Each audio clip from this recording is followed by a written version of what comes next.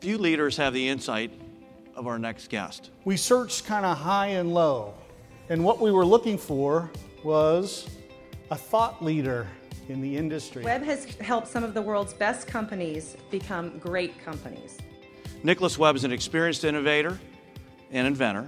Webb has 40 patents to his name. He's also served as the CEO for several technology-related corporations. And whether as a prolific author, a principal of the Lasson Innovation Institute, or a dynamic speaker, Nicholas inspires us all to think differently.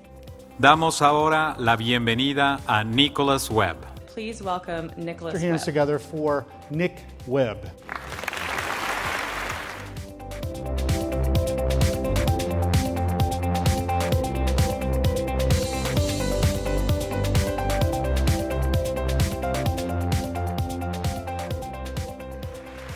There were all of these indicators that suggested that maybe innovation itself has just been reinvented. Good is out, exceptional, layered, and dynamic value rules the day. If you're great, you will create a discipleship and a following that is unbelievable. My wife would say stuff to me like, the trash is full. And I would think, totally. And so, right? So like the next day I'm out looking for bigger trash cans. Duh. Who doesn't know that, right? Now the problem is that most people don't really put together a plan. And maybe you don't need a customer service plan. Maybe you really don't need it because these guys know what they need to do.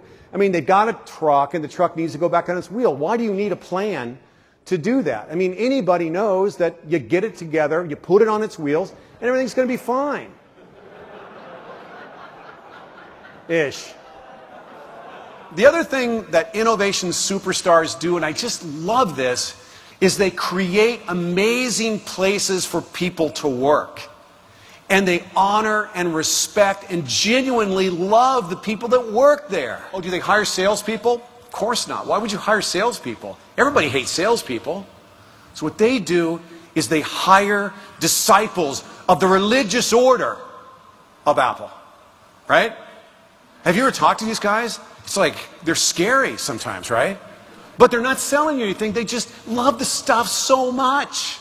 I was researching this book. I was disappointed and surprised to find that my colleagues in the management consulting space were propagating over 170 different forms of so-called innovation management systems. And these systems were designed to take organizations to a new level of innovation. The problem was that these systems were not, in fact, innovation management systems. They were risk management systems. The baseline level of expectation is where most companies live, and it's the beginning of the end. Now, the first problem is, do you know where you live in the customer value strata? In chapter 3 of my book, I found one of the most commonly used lists of why innovation fails. And it wasn't until, and I think the list is 72 items, it wasn't until 42 on this hierarchy of problems with innovation. It was item number 42 where they finally used the word customer. Really? Wow.